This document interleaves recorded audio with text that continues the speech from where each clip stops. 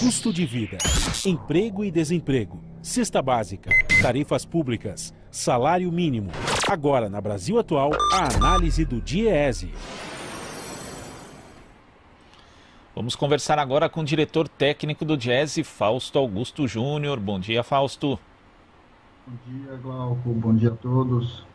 Fausto, ontem a gente teve a divulgação de mais detalhes, né, da Pesquisa Nacional de Amostra por Domicílio, a PNAD contínua, referente ao ano de 2019.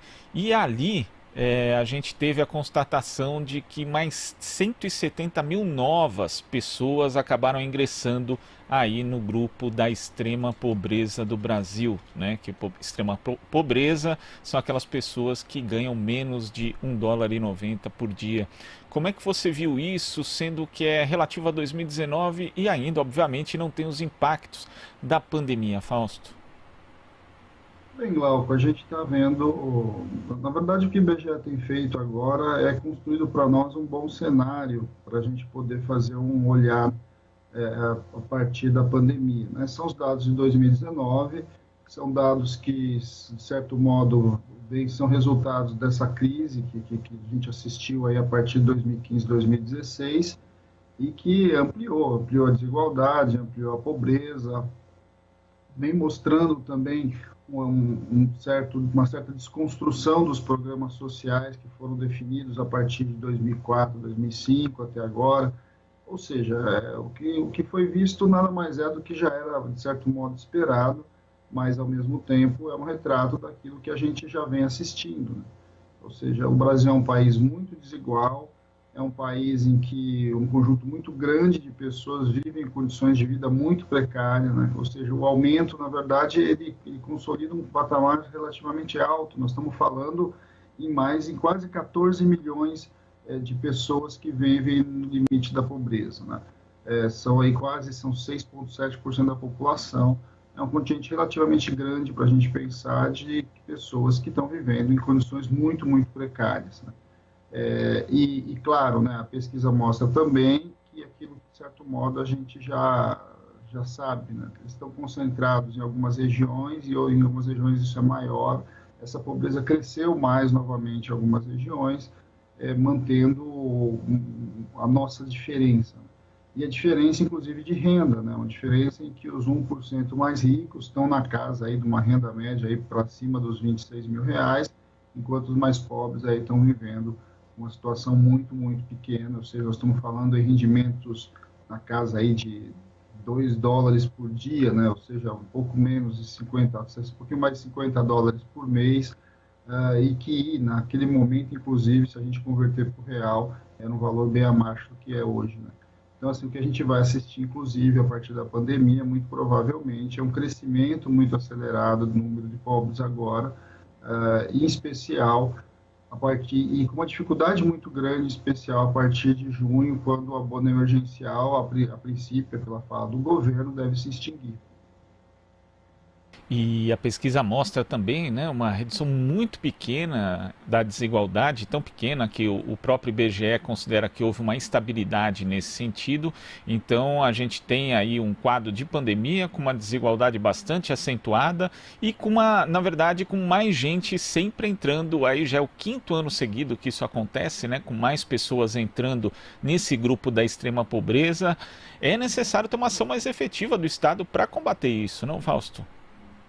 Não há dúvida, porque a gente, de certo modo, Glauco, a gente construiu alguns caminhos para lidar com a extrema pobreza, né? Então, o projeto do Bolsa Família, né, a implementação do Bolsa Família enquanto uma política de Estado, ele é, de fato, um programa efetivo e que consegue, de alguma forma, lidar com a questão da extrema pobreza. Um dos motivos que cresce, inclusive, esse número, né, de pessoas muito pobres no Brasil em 2019, é que a fila do Bolsa Família, inclusive, ela cresceu, mais pessoas não tiveram acesso ao benefício, e aí o que a gente começa a ver? A gente começa a ver que um programa como esse, quando ele é apoiado, a gente tem uma diminuição da desigualdade e uma ampliação aí da renda dos mais pobres. Quando você tem um programa como o Bolsa Família, que ele é enxugado, esse número cresce. Então, assim, é muito claro que o Brasil tem um problema estrutural, esse problema de renda estrutural está demarcado pela nossa história, está demarcado pela nossa desigualdade construída aí ao longo dos séculos, e ele precisa de política ativa para ser enfrentado. O mercado sozinho não resolve isso, não resolve porque essas pessoas estão em determinadas regiões, elas estão em determinados lugares da periferia de São Paulo, por das grandes cidades, elas não têm acesso, muitas vezes, aos direitos básicos da cidadania.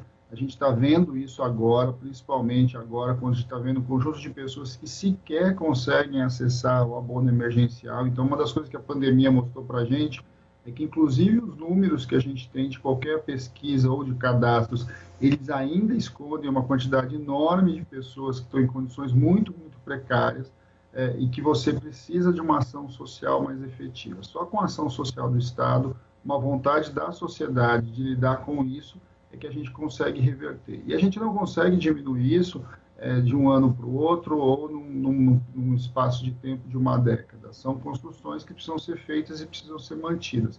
Qual que é o nosso drama que a gente vive hoje, Glauco?